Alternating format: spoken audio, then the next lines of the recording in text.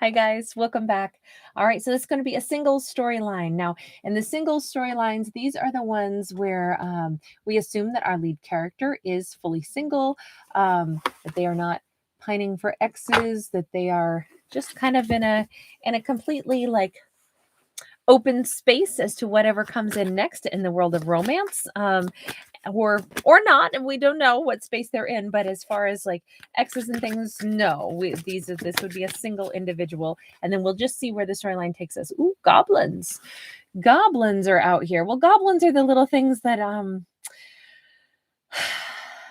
yes, they're worrisome, little more like little annoyances, and this is like, can't see the forest for the trees. In this case, we have these little tree goblins out there, and so instead of having like a beautiful walk through the woods, it's like, what's that noise? Oh, is there a little goblin? It's like, it's the worries that can wreck a really good time.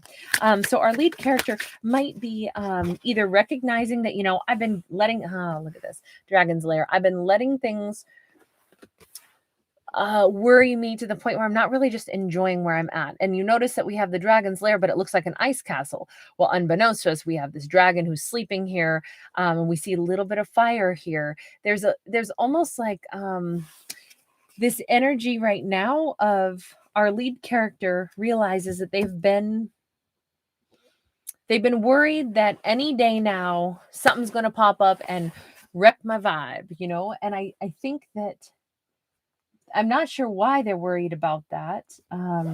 Let's see if I don't think that's a good deck for this. I think we should go with this deck.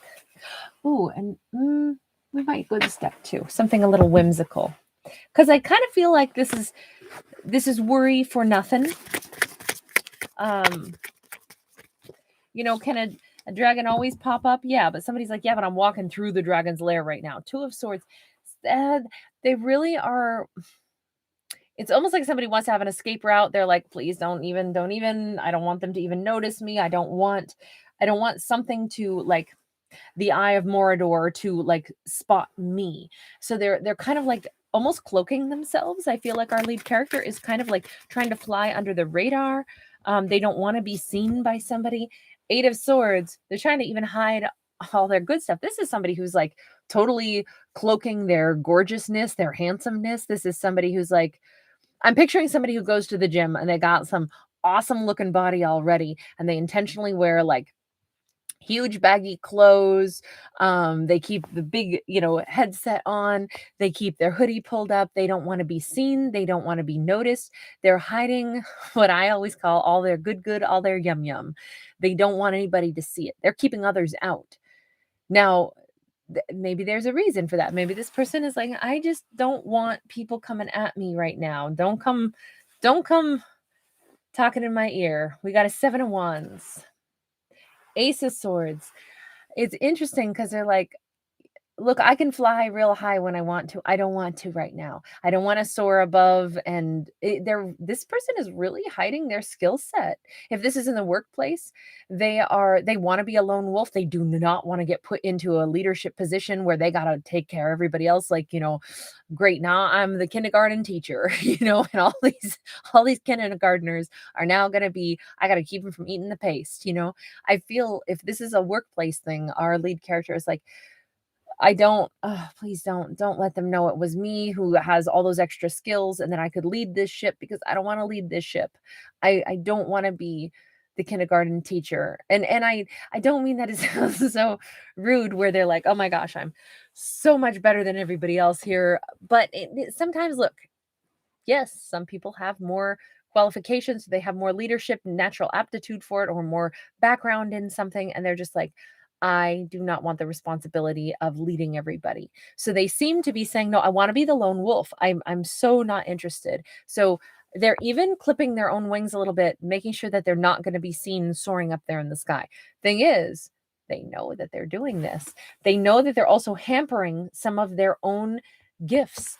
Like I say, if this person is like a really attractive person and they're intentionally not wanting to be pursued by anybody right now, I don't know, that they're saying that I want to be single, and that's totally fine. Nobody has to. You can be very happy, very satisfied, and not have partners. The only thing is trying not to be seen when maybe you're gloriously attractive. It's it's almost like punishing oneself for just being built the way you are, you know? Um, this could be somebody who's like, I know I could achieve a lot, but then people are going to notice me if I do it. So I don't want to achieve that much. I don't want to run faster than everybody else, even though I could. It feels like our lead character is hampering themselves so that they won't stand out. Why are they doing that? Why are they doing that? I mean, everybody has a right to, you know, anonymity, in, being anonymous. Let me say it that way because I don't think once I fumble fumble, I can't get it straight. It's like I better say cinnamon right the first time because if I say it wrong, I'll never be able to undo it. I just have to leave it alone for a day and then come back. Did I say it right? I don't even know what I said now. Two of Pentacles. Why are they doing this? Why are they trying to play small? It's interesting. It's because they're like, because I don't know which direction I really want to go. And if somebody sees me doing X, Y, or Z really well, and then they say, okay, great, we want you to lead this. Part of me said, but I might want to do something totally different in a totally different department. So if I get tapped on the shoulder and placed in a department, I basically lost my chance to decide for myself what I want. And right now I'm of two minds. If somebody asks me out right now, but maybe secretly I was thinking, I know that person is hot, but so is that person. I'm not really sure who I want to say yes to yet. I'm not really sure what I want. I'm not sure what I'm interested in, what I'm attracted to right now. And I don't want to be forced to have to choose because honestly, maybe right now I want no strings attached. I want to be able to do a little of this and a little of that. I want to work in two different departments at work. I don't want to have to choose because if you know when somebody is noticed and then they are, I'll think let's use this as an example. Actors that get typecast, right? Some of them probably love it, maybe some of them don't. I know that there are some who've talked about how they don't like getting typecast. They don't want to just be the rom-com actor. They want to be like, you know, something really serious, something really like groundbreaking. And if they can't seem to get cast in anything other than the rom-coms because that was their breakout role, that can be frustrating. So instead, they step back altogether or something and say, I'm going to let my image as rom-com die down and then I'll get back in the game. And then maybe I'll be seen, you know, in a different light. I'll get cast in different kinds of roles. You know, that's kind of what I'm trying to picture here is like, why would somebody squash some of their own natural talent, their own beauty?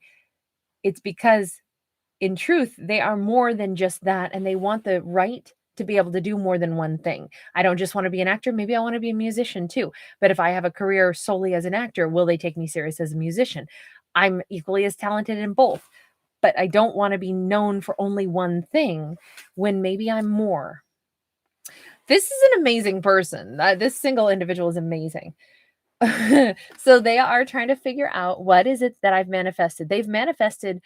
This is a multifaceted, multi-talented individual, okay? And they are incredibly good at manifesting.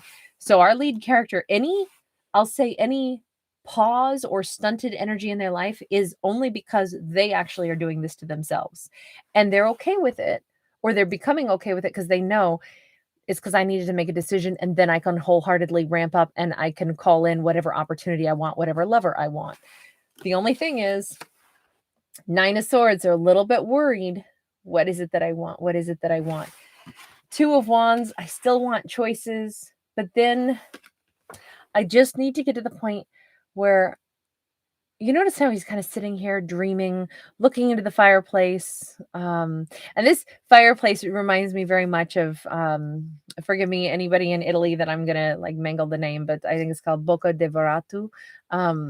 It's the mouth of truth. It was an old Roman manhole cover that eventually was put, and it looks like, you know, like a mouth. But now it's found its home on like the side of a church there in Rome. And if you ever watched that film, Roman Holiday, you know, the lore is that if you put your hand in the mouth and you're untruthful, it'll bite your hand off. And once upon a time I saw that. I was there and it was amazing. But it's like this person is looking into that mouth. Anyway, that's what it reminds me of, even though there's not a fire pit inside it if you see it in Rome. But they're looking into that mouth.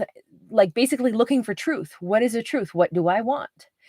I just need to get certain about it with that star card. I just need to know, what is it that I truly want? And then I will cease to hide my gifts, hide my attractiveness. I will cease to try to fly under the radar so the big boss doesn't tap me on the shoulder and say, "You are so wonderful. We want you to do this." When really I'm not sure that I want to say yes to it yet. Soon as I say that I want it, I know I can have it. I can get it. It'll be mine. But that's where I just need to make sure I'm sure of what I want. A cape or something, and poof, now we see them like shimmering and we see who they really are. Up until now, they've been a cloaked figure. And now we can see, wow, they're this brilliant, beautiful, like ethereal being with so much power and grace. And they had been cloaking it all this time. So will they decide? I mean, this person, our single individual, is saying, I will decide, and then I will have what it is that I want. Knight of Wands, and I'll have the lightning in my hand. I'm just about to. 10 of Pentacles, 9 of Wands, Ace of Cups. Oh, this is beautiful. I feel like this is a little bit of everything. I feel like it is about love. It is about the life that they want to have. And it is also about career and finance and money. This is a person who's about ready to make their decision. And the second they do, I feel like this person is very blessed, very gifted, and they know it, and they don't want to squander it, and they want to be careful with the gifts that they have so that they make the most and the happiest life. And it's like right now our character is asking their higher self, who are we? What do we really want? Let's not squander this. Let's make sure we do the best we can with the gifts and talents that we've got, because we know we could build a skyscraper, or we could build some other monument, a pyramid. Either way, we have the capability of going very far in this lifetime, but those are two very different structures. Pyramid, skyscraper. Which do I want? What do I want to invest in? Because I have the talent to do both or either. I would need to choose wisely, and this character is just about to. I do think that they want to go ahead and focus a little bit on like skyrocketing into their career, and that's really important to them, and having certainty about what career they want and that success, then they will be ready for love. I do think that this person is like, they might have been getting their priorities in order. I don't want anyone right now, I don't want to make any big decisions, because if I'm going to focus for maybe just like, I don't know, a couple months just on my career and skyrocket myself in that, I don't want to be trying to get into a new relationship. So I don't want anybody at the gym to notice how foxy and fine I am. Or my coworkers, I don't want a date right now, because I think I need to have a couple months to just get my money, because I could really blast off in that, and then I'll be ready to have a different quality of life, and then I can pour my energy into a romance and really give to a connection. That's what I feel this character is doing. They've known this all along, and what they're really coming around to is, it's not a matter of, do I just want to be a career-oriented person, or do I want love? They've come to the conclusion that it's a matter of saying, which do I need to do first? Which do I need to do second? It's just about they get it all. But it's about the priority, because anything in life that really matters to us is going to take time. It's going to take effort. So we have to make the time to be successful in any area of life. And this person is wise enough to know it. So interesting that their dragon lair, though, is like, oh my God, I hope nobody sees how awesome I am. I do not want to be chosen right now. I think that's kind of a really cute vibe. We haven't had a story quite like that. I will say there is a consistent thing with our singles reads, though, that I see a lot, like an underlying thread that runs through all of them, which is that all these single characters, they are so powerful, and they are always like really humble about it, or just kind of like downplaying it a little bit. Like every single time that I get a singles read, it's like, these characters are freaking amazing. We don't see the ones where it's like, oh my gosh, I'm, devastated. I'm jealous of these people. I'm, mad at my life. We keep seeing people that are like so amazing, and they're kind of floating right under the radar, as they're just kind of like, they're like, they're the movers and shakers of the world that are like piecing things together, creating a really smooth and stable foundation. And then it's like they have these glow ups. I feel like that's an underlying theme. If you watch the singles reads, you know, that I put out, I try to always do them on 3 times a week, on Wednesday, Friday, and Sunday. And I would just say, like, if I step back and, you know, do a big amalgam and say, what is my underlying message out of all of them combined? It's that, like, these single characters, they're never like broke down, sad, sorrowful individuals. They're always people that are like they've already got their lives together, and they're just kind of putting the final finishing touches on it before they move into like showing kind of the world just how powerful they are. So it's like, it bodes very well for this like single energy to be rising up pretty soon. That's really beautiful. So real positive vibe. All right, I'm going to leave that there. As I always say, thank you so much for being here. If you do enjoy my fictional storytelling, please do give it a thumbs up. Please do subscribe to the channel. I thank you so much for being here. And if you're new here, welcome. I am not a psychic. I wish I had that gift. I do not. I have the gift of storytelling. So I hope there's something fun that comes out of these stories. I hope that there's something thought-provoking, inspirational, however, whatever kind of entertainment you look for. That's what I always hope mine actually is. And I hope that whatever you choose for yourself is exactly what you wish for. All right, take care. Bye.